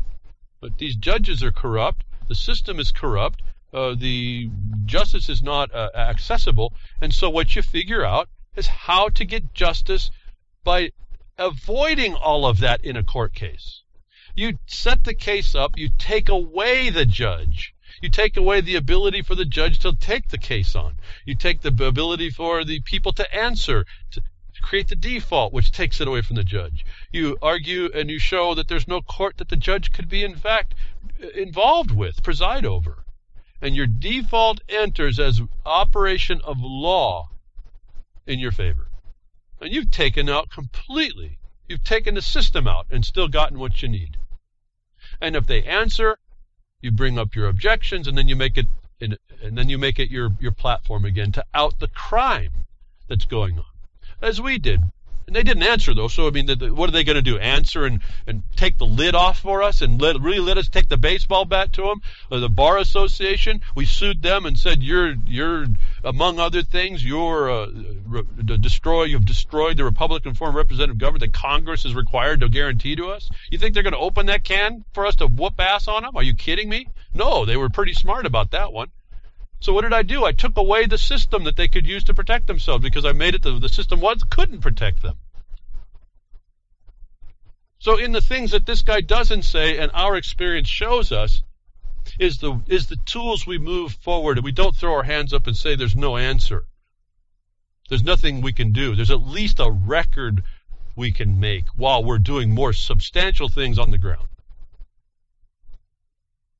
Supreme Court justice, from talking about getting the Supreme Court, even when you get there, and I'm not talking about just the generic idea that there's no justice. I'm talking about being able to highlight it out how this thing doesn't work. So when you get to engaging it, you got these people in a stranglehold before it gets going.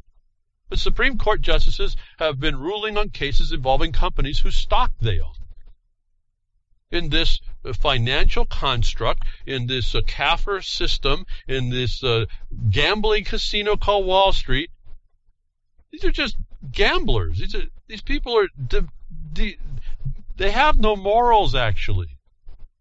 They have no self-control either, and they've been put on a pedestal.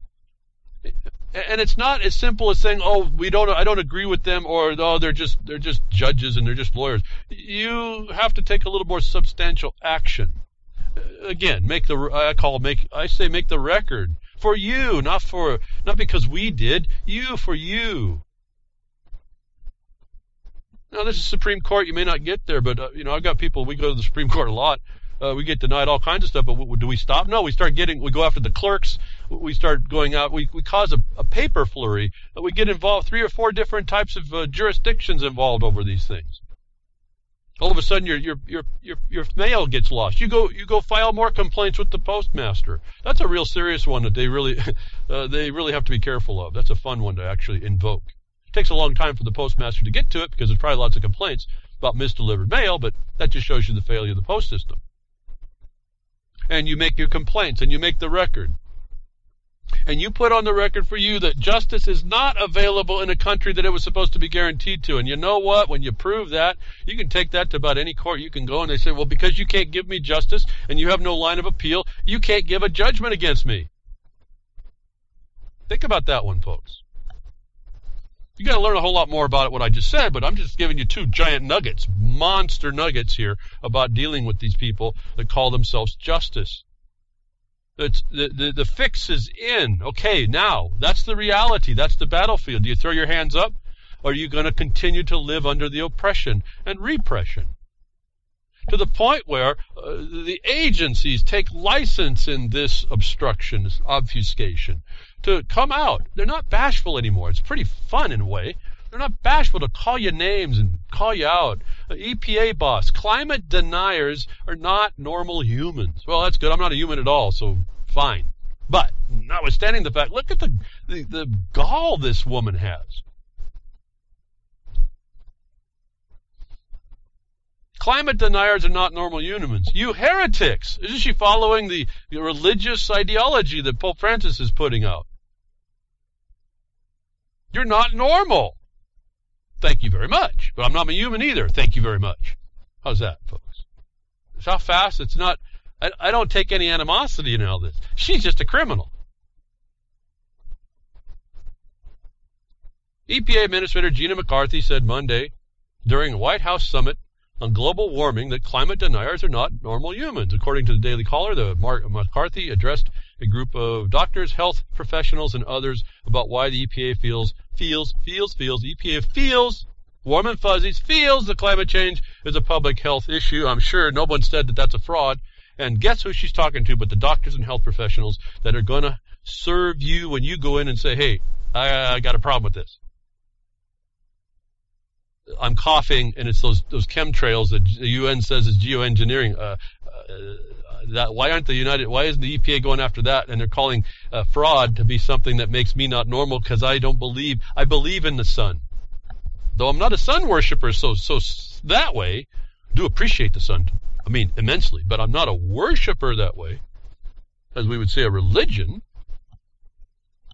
Why would those of us that would side on the side of Galileo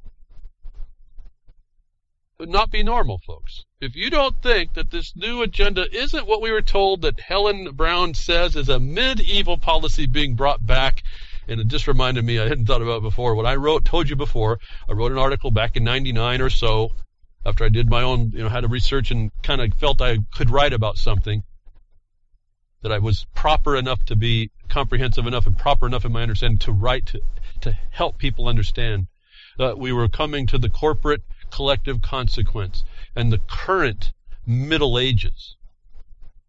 that Helen Brown identifies the process that the Pope's bringing out for 2015, our future, in September, is a medieval inquisition, essentially. That the agent of which is saying that you're not normal if you are a climate denier. No, I don't deny climate. It happens all the time. In fact, last week we were sweltering 106, 107 degrees. Feels like 113 to 115. This week, I'm wondering about maybe starting a fire. Right now, it's all clouded over and pretty cool. Actually, it's kind of comfortable while I do the broadcast. So, the climate, the weather is a fickle thing. Again, the dual dynamo condition that's been mathematically resolving our historic trends of energy coming in that says that we're going to that ice age in around 1930, as we were told back in the 70s, is they found they can facially fit the model, the math now facially fits the actual reality that these people are denying. You're not normal if you believe that kind of stuff. Boy, they must feel really odd if they were to talk about this thing as energy generation, wave interaction is what's doing this over this kind of a condition. That's even beyond science at some point. That you're not normal if you deny climate. Well, I don't deny climate, but I do understand that anthropomorphic global warming is not even an idea that's provable. It can't even begin as a concept. But upon that, and this is the thing about the fairy tale we're told, and all the props that are brought, and the EPA now promoting all this poison upon us, and that's identical to what the Pope's now coming out. Again, the religion of the environment will be the universal religion, because how else are we supposed to exist without the creation? See, they've made surrogate gods here. But I ran across another thing. It was indicative. As I'm looking at the word 10 indicators, indicative of the fraud and the props they put on us. That went across right after I read that article from before. Something come up, and I went over and saw something else interesting, and it says evidence of global warming. Since we're all not normal to believe a climate denier, we know it's climate change denier. Remember, change is the watchword. Change. Hope and change, hope and change, hope and change. It's climate change. We're going to change this by imposing upon you this climate fairy tale. But a website, Skeptical Science, getting skeptical about global warming skepticism, has on their page evidence of global warming. And so I went down. It's a picture. Okay, fine. Let me see the evidence. It says 10 indicators of a warming world. And they show a picture of mountains and oceans and an ice flow in the ocean, and they have labels: sea ice, 10 indicators of a warming world. Sea ice, sea surface temperature, temperature over the oceans, sea level temperature, ocean heat content, temperature over land, snow cover, glaciers, humidity, and air temperature near surface troposphere as 10 indicators of a warming world, on a site that shows, and the heading is, this is evidence of global warming. Global warming is the definition that man causes this exclusively. These labels and this prop show that there's 10 indicators of warming world does not prove causation for purposes of the cause. I noticed in the picture, they don't show the sun in the picture. The Pope versus Galileo 2.0 Inquisition is going to be an interesting trial, folks. That's us. That we see these props, 10 indicators of a warming world. I did it. Just looking, I said, oh, well, interesting. And then it dawned on me. It took 20 seconds. Okay, I was kind of slow. Wait a minute, that's just warming world. Okay, even if the world is warming, there's no causation. It doesn't say, I don't see industry in the picture either. That we, in our mind, we throw a bunch in on the prop. And we add our own indications of it. They say it's a global warming and a warming world. Must be, well, we're doing it. Man's causing it. In fact, the picture and the labels have no causation origin. And so we get lulled into believing. And we're lullable, sung into complacency. the childlike response to grown-ups. We don't even apply our own knowledge. These 10 indicators may indicate a warming. It could be indicating a cooling world. The causation of how that works and that system that it's in has not been defined by this little prop. And then that doesn't describe our ignorance of that system. That it's kind of funny. I'm really excited about the fact that the science now recognizes 2 generators. We have wave interference that might be causing our weather, our climate, overall climate, over centuries and millennia. Wave interference. Fascinating. Just thrilled to death to hear that.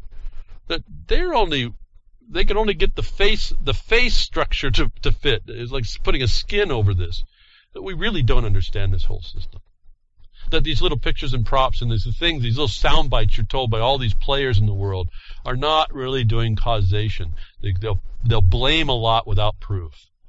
And we are lulling ourselves into being guilty before we'll ever be considered innocent, and that's reflecting the system that we have now been told by Kaczynski is really a myth that almost every case relies on, that condemns people to, even in the drug war, we're back to the drug, to unreasonable, under any philosophy, sentences. At the same time of all this, we get another protagonist in the story, in the play. Again, folks, if you want to solve global warming, go out and look at the sun. Go find it. Don't do it in the dark, though. It's going to take you a while. Nobel Prize-winning scientist says Obama is dead wrong on global warming. Now, we heard this before. Here's another one. Ivar Giever joined over 70 Nobel Science laureates in endorsing Barack Obama for president, the unqualified one. Still, the symbol of the destruction by the confluence of the 2 energy waves of Lincoln and Roosevelt joining in this time that we are living to cause a destruction. This guy, such a smart man, support and endorsed Barack Obama, but 7 years later, the Nobel Prize winner now stands against the president on global warming. Well, Barack Obama was another Nobel Peace Prize winner, to show you how stupid that prize really is, but how stupid these people might really be. But this guy is changing his mind. He rethought about it and said, I would say that basically global warming is a non-problem. He ridiculed Obama by stating no challenge poses a greater... he ridiculed Obama when Obama stated that no challenge poses a greater threat to future generations than climate change. Folks, if you look even at the agreements that are made around all this, they say present and future generations. We are not supposed to be disregarded, because if you only go to future generations, which generation gets to enjoy all the things that you protected it from? Protected everybody to. See, they remove the present and future. They take away the present.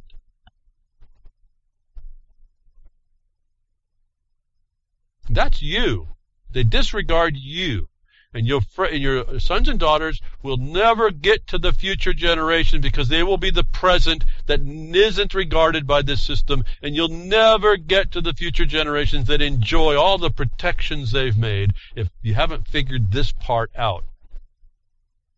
That even the document from the Bar Association has present and future generations, but in practice they only speak to the future generations they're protecting. Who is in the future is going to be the future enough to be the present to enjoy?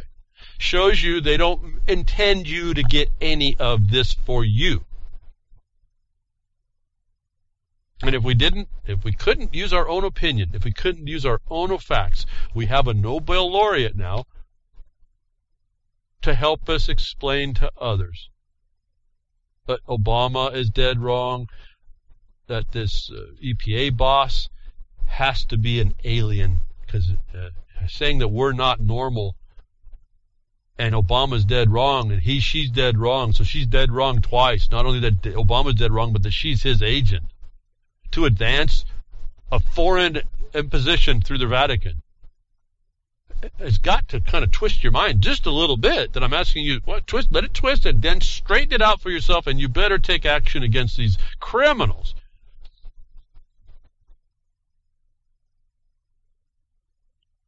If you can't trust a Nobel laureate, I don't know what we can trust, right?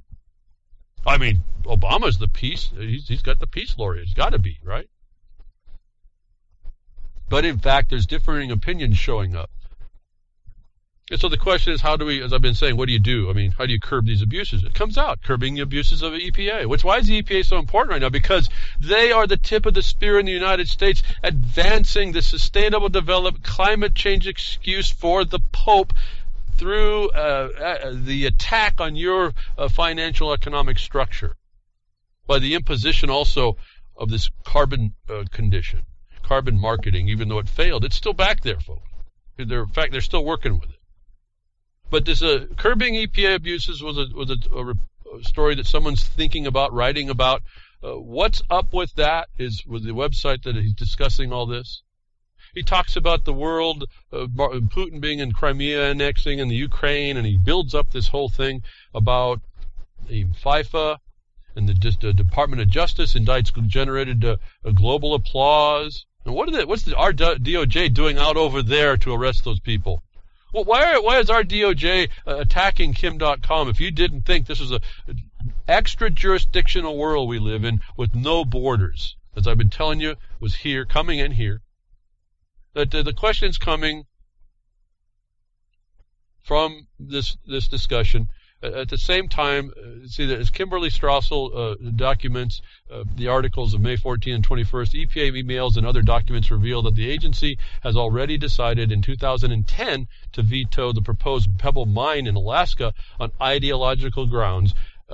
That right there is something, if you were engaged, you could engage to stop out. That we need tons and tons of people to start showing within the structure of the system, even as corrupt as it is, to show up these people as the criminals that they are, as we do with Jefferson Mining District. As I did privately as my own, as a plaintiff, suing the Bar Association, the political parties, and a couple of people representatives and the Legislative Council. I stepped up together with another colleague, together with the Jefferson Mining District, to give standing to the whole entire process across the board so we couldn't be defeated at any turn. Put your name on a piece of paper and go for it, folks. You don't know what's going to happen. I'm still a little bit shocked that they didn't answer at all, but in fact, we'll take it. We'll take the non-answer. That was great. The default judgment, operational law, time for response has passed over a year. It's over. It's done. We got that judgment in law. You can too. That the EPA is now, stopping the Pebble Mine, that this gentleman's writer is seeing that the EPA will work and has evidence of emails that speak to a predetermination based on ideological grounds, which is exactly what we sued to enjoin, that if you saw this and you can prove it for yourself, and you can build your standing against this rules like against the air and the water and all this nonsense, it's outside of their jurisdiction, like making waters of the United States definition, which I hope you made your comment to, so you can go in and do this, that you protested this rule, that change. It tries to expand the jurisdiction of Congress contrary to its obligations to private property disposal, that you now have the evidence that he's put together, if he's not going to do it, the author of this article, to show that the EPA acts on ideological grounds. It's not law. What's the ideology? It's the religion the Pope is advancing. You can get in on this, folks. This is not... It could be a hobby. So how do we... he goes through and talks about all this.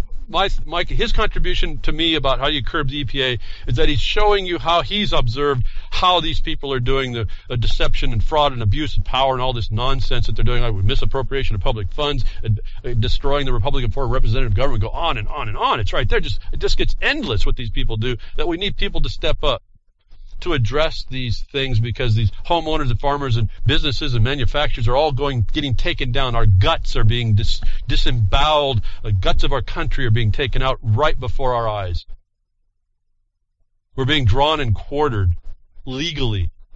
And all it would have taken was to deny that ability in them by us speaking out. That proof after proof, as I now come into the point about how we stop this nonsense. We see EPA calling you not normal because you don't believe in something that's a fraud. It's time to turn on those people, not just turn on them just because we're a vicious animal, but turn on them with the proof of their culpability. Egregious EPA misconduct delivers whistleblower win. Now you see it's possible for all the whistleblowers that get defeated. In a scathing decision, the United States Department of Labor judge has ruled the United States Environmental Protection Agency improperly sought to conceal exonerating evidence and illegally retaliated against a whistleblower. In the ruling posted today in the Public Employees and Environmental Responsibility, PEER, a United States Department of Labor administrative judge, who we now found out may not actually have jurisdiction from last week, from the findings of that discussion, cataloged a trove of misconduct by EPA lawyers covering years of litigation. Again, this is on for years and years, and we've been let. It's really a shame on us that we continue to let it. But I'm telling you, and maybe some people don't like to listen to my broadcast because it puts some of the responsibility on you folks. Now that you're hearing it, and the EPA deals in every life necessity, water and air, and the manufacture and everything. Not to say that we're supposed to be polluters, but to say that they're bringing ideology to make the constraints on even our good work. It'll never be good enough. That you have to step up. You have all the standing in the world to do that when you start seeing these people have taken the seats of decision lawfully and they've adulterated them. It's how our lawsuit went. You take away their immunity. You say, listen, you have an authority, but it wasn't to go commit crime and create fraud and deceit and felony inside the office to get your way. It was supposed to be the law, the way of the law. As we have an aircraft thing, very quickly here, aircraft are going to be blamed for some pollution. The EPA takes the first steps to address greenhouse gas emissions from aircraft. Well, greenhouse gases is all based on this fraud of climate change. So it's a false, fraudulent premise. Now, should we clean up aircraft and do that? Yeah, sure, but until you get rid of aircraft and find a better technology, we've got that balance to make. I'm not happy with some of this stuff, but we've got that balance to make.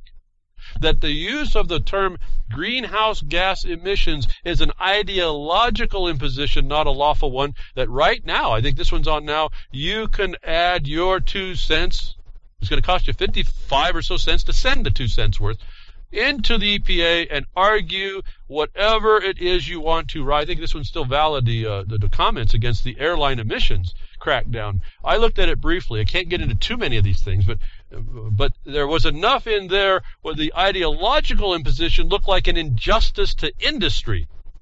Yes, we want clean air and clean stuff like that, but we got to do it legitimately. The NEPA requires a balance, and that balance is just in favor of man's needs, not at the cost of man's needs. That I've got a bunch of leaks for this. EPA wants to ground soaring airplane emissions. They want to ground your transportation. They want to control every little bit of what's going on that you require. In other words, your demand is doing this. So if you want to stop this, you're going to have to find out and invent better ways, or you're going to have to not use this thing. And for me, I don't fly. I don't have the money to fly. I could care less. I'm not going to become TSA fodder. And so the airplanes could be grounded tomorrow, and I could care less. But thank you for tuning in today. Hope there was enough there to get your little feet to stop making so much noise in the field and get action, because that's the only thing that's going to help us today, folks. And donate to all the servers in the worldtruth.org. It helps us out, and RLM and reallibertymedia.com and UCY.tv and the FM broadcasters. I appreciate you tuning in today. I'll talk to you next week. Well, that's another lesson. I hope with today's information you can take it to those that misbehave. From behind the woodshed, leaving his mark on the beast, this is Hal Anthony. Till next time, journey with purpose.